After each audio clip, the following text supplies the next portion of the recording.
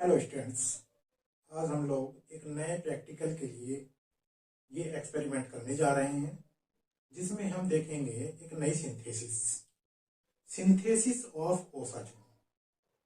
जब हम ग्लूकोज से सिंथेसाइज करते हैं तो ये ग्लूकोसाजोन कहलाता है। जब हम ग्लूकोज के स्थान पर फ्रक्टोज यूज करते हैं तब फ्रक्टोसाजोन कहलाता है।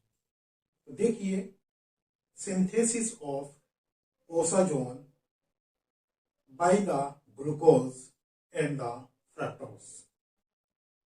इस प्रैक्टिकल के लिए हमारे पास जो रिक्वायरमेंट होगी, जो हमारे लिए मटेरियल रिक्वायर्ड होगा, वो इस प्रकार से होगा।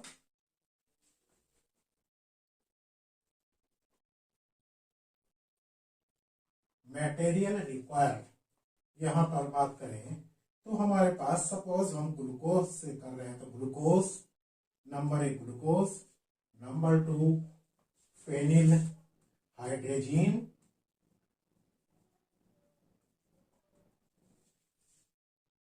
Number 3 glacier acetic acid, glacier acetic acid. Now अगर हम एपरेटस की बात करें तो एपरेटस के लिए हमारे पास ये एपरेटस रिक्वायर्ड होंगे। Round bottom flask, round bottom flask. Second हमारे पास फनल। थर्ड हमारे pass filter paper, water bath. अब देखिए, हम ये सिंथेसिस करते हैं तो किस प्रकार से ये सिंथेसिस होता है। ये हमारे पास ग्लूकोज मॉलिक्यूल है जिसको हम इस प्रकार से लिखते हैं CHOH और CH2OH। ये हमारे पास ग्लूकोज मॉलिक्यूल और यहाँ पर 3 मॉलिक्यूल फेनिल हाइड्रोजीन C6H5NH2। ये 3 मॉलिक्यूल फेनिल हाइड्रोजीन के एक मॉलिक्यूल ग्लूकोज से रिएक्शन करते हैं और यहाँ पर एक मॉलिक्यूल एक मॉलिक्यूल ओसाजोन का सिंथेसाइज करते हैं। CHOH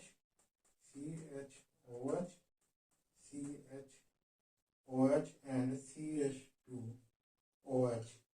और यहाँ पर एक मॉलिक्यूल एनिलीन का भी जनरेट होता है प्लस अमोनिया मॉलिक्यूल भी। ये एनिलीन मॉलिक्यूल फॉर्म होता है। ये हमारे पास ग्लूकोज से चूंकि हमने सिंथेसाइज किए हैं तो ये ग्लूकोसाजोन कहलाता है। यहाँ पर इस प्रकार से ये ओसाजोन की सिंथेसिस होती है। तो ये तो हमारी रिएक्शन है कि जब हम ग्लूकोज की फेनिल हाइड्रोजन के साथ रिएक्शन करा रहे हैं तो ग्लूकोसाजोन फॉर्म हो रहा है।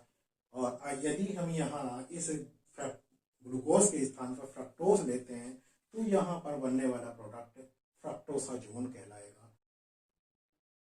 OH एंड CH2OH ये फ्रक्टोज मॉलिक्यूल है और यहाँ पर फिर वही phenyl hydrazine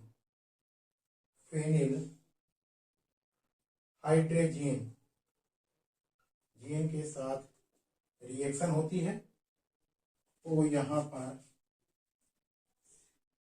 CH double bond NH C6H5NH C6H5 CHOH CH2OH। ये हमारे पास जो मॉलिक्यूल बनता है वो फ्रक्टोसाजोन बनता है। और यहाँ भी सिमिलर उसी प्रकार से PHNH2 एनिलीन मॉलिक्यूल बनता है प्लस एक मॉलिक्यूल अमोनिया का भी जनरेट हो जाता है और इस प्रकार से ये रिएक्शन कंप्लीट हो जाती है। नाउ हमें जो यहाँ पर प्रैक्टिकल प्रैक्टिकल करना है, ये जो बनाना है, ये तो केमिकल रिएक्शन थी, मटेरियल रिक्वायर्ड, सेपरेटर्स रिक्वायर्ड, किस प्रकार से ये रिएक्शन होती है, क्या प्रोडक्ट बनता है।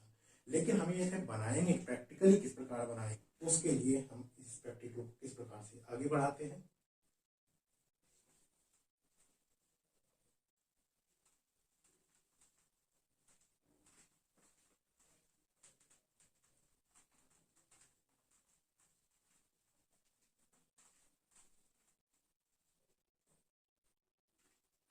पहले आप देखिए, ये हमारे पास एक राउंड बॉटम फ्लास्क होता है, इस शेप का हमारे पास ये राउंड बॉटम फ्लास्क होता है, इसको हम कहते हैं राउंड बॉटम फ्लास्क। इस राउंड बॉटम फ्लास्क में सबसे पहले हम 4 ग्राम ग्लूकोज ले लेते हैं। 4 ग्राम ग्लूकोज को लेकर हम इसमें राउंड वाटर फ्लास्क में डाल देते हैं और उसको 15 ml वाटर में डिसॉल्व कर देते हैं। इस ग्लूकोज को हम फ्लास्क में लेने के बाद 15 ml वाटर में डिसॉल्व कर देते हैं। नाउ उसके बाद हमारे पास अभी 2 केमिकल और हैं, जो फेनिल हाइड्रोजन और एक ग्लेशियल एसिटिक एसिड है। ग्लेशियल एसिटिक एसिड में हम फेनिल हाइड्रोजन को पहले डिसॉल्व कर सकते हैं। 8 ग्राम फेनिल हाइड्रोजन को हम इस 4 ग्राम ग्लूकोज के अगेंस्ट इस फ्लास्क में डाल देते हैं। अर्थात यहाँ पर पहले हमने ग्लूकोज ऐड किया, उसके बाद हमने इसमें वाटर मिक्स किया, उसके बाद हमने इसमें फेनिल हाइड्रोजन मिक्स किया। 4 ग्राम ग्लूकोज, ये 4 ग्राम, ये 15 ml और ये यहाँ पर हम 8 ग्राम फेनिल हाइड्रोजन इसमें ऐड कर देते हैं। 8 ग्राम फेनिल हाइड्रोजन ऐड करने के बाद हम इसमें फर्दर ग्लेशियल एसिटिक एसिड इस फ्लास्क में फिर से ऐड कर देते हैं और इस फ्लास्क को बढ़िया से शेक करते हैं जब तक कि ये सारे मिक्सचर, जितनी भी चीजें हमने डाली हैं, एकदम क्लियर सॉल्यूशन ना बन जाए। इस फ्लास्क को तब तक हम शेक करते जाते हैं, अच्छे से इसको अर्थात मिक्स कर लेते हैं जब तक ये पूरी तरह से एक क्लियर सॉल्यूशन हमको प्राप्त ना हो जाए। जब हमको ये सॉल्यूशन क्लियरिटी के रूप में प्राप्त हो जाता है, ये राउंड बॉटम फ्लास्क में हमारा एकदम क्लियर सॉल्यूशन दिखता है, तो इस राउंड बॉटम फ्लास्क को हम, ये वाटर बाथ होती है हमारे पास एक, ये वाटर बाथ है, वाटर बाथ। इस वाटर बाथ में इस फ्लास्क को आप इस प्रकार से रख देते हैं, इसमें वाटर होता है और आप इस वाटर को यहां से हीट करते हैं। हम फ्लास्क को डायरेक्टली हीट नहीं करेंगे, बर्नर पर डायरेक्ट हीट करने पर ये डैमेज भी हो सकता है, दूसरी बात वो रिएक्शन डिस्टर्ब हो जाएगी, डायरेक्ट उसको हीट नहीं किया जाएगा।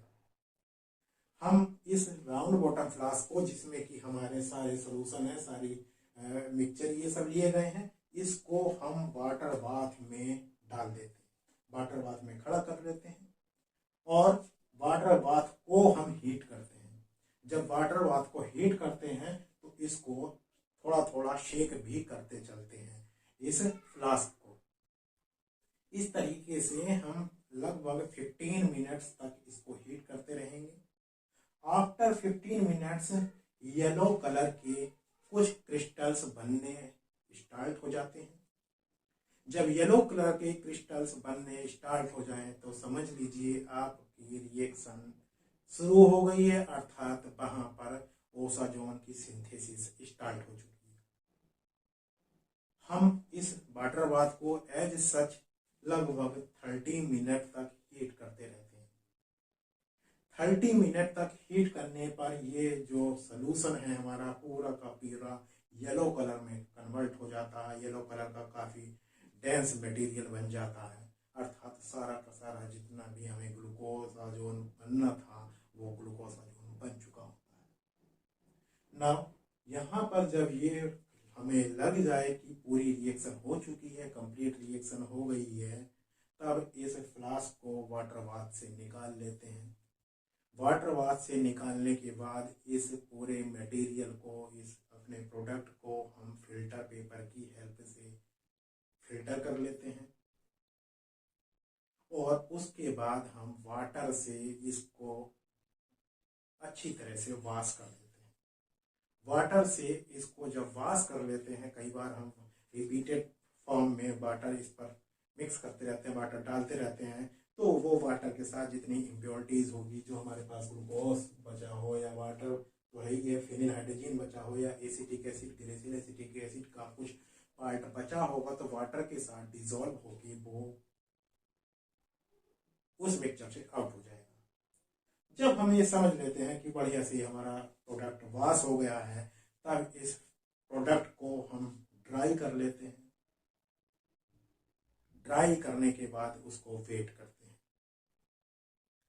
यदि हमारे पास यहाँ जो हमने ग्लूकोसाजोन सिंथेसाइज किया है, ओसाजोन सिंथेसाइज किया है, तो वो ड्राई करने के बाद एक्चुअल में उसका वेट हमारे इस ग्लूकोज के करस्पॉन्डिंग अगर अमाउंट देखी जाए, एक्चुअल अमाउंट देखी जाए, तो वो 5 ग्राम ग्लूकोज हमको प्राप्त होगा। यदि उसका मेल्टिंग पॉइंट चेक करते हैं तो 204 डिग्री पर इसका अप्रोक्सीमेट मेल्टिंग पॉइंट आता है। इस तरीके से हम इसको ड्राई कर लेते हैं, वेट कर लेते हैं और मेल्टिंग पॉइंट से वेरीफाई कर लेते हैं कि हमारा ग्लूकोसाजोन बना है, नहीं बना है, या उसमें कितनी इम्प्योरिटीज अवेलेबल है, और हमारा ये एक्सपेरिमेंट कंप्लीट हो जाता है। कुछ सावधानियां आपको विशेष रूप से रखनी होंगी, प्रिकॉशन आपको हमेशा रखनी होती है हर एक्सपेरिमेंट में, उसी प्रकार से यहाँ भी आपको रखनी होगी कि आप जो मेजर करेंगे बहुत एक्यूरेट रूप से मेजर करेंगे। अगर एक्यूरेसी नहीं होगी आपकी मेजरमेंट में, तो रिजल्ट की भी एक्यूरेसी अपने आप ही स्वतः ही डिस्टर्ब हो जाएगी। तो जितना यहाँ पर एग्जैक्ट अमाउंट दी गई है, उसी रेशियो में आप सभी चीज़ों की अमाउंट लेंगे, बढ़िया से उसको मेज़र करेंगे। मेज़र करने के बाद उसको शेक करते रहेंगे। इस पूरे एक्सपेरिमेंट के दौरान इसको हल्के हल्के से शेक करते रहेंगे।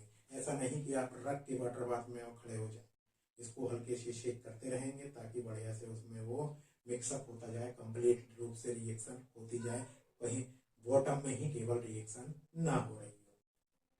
इस तरीके से ये एक्सपेरिमेंट कंप्लीट हो जाता है।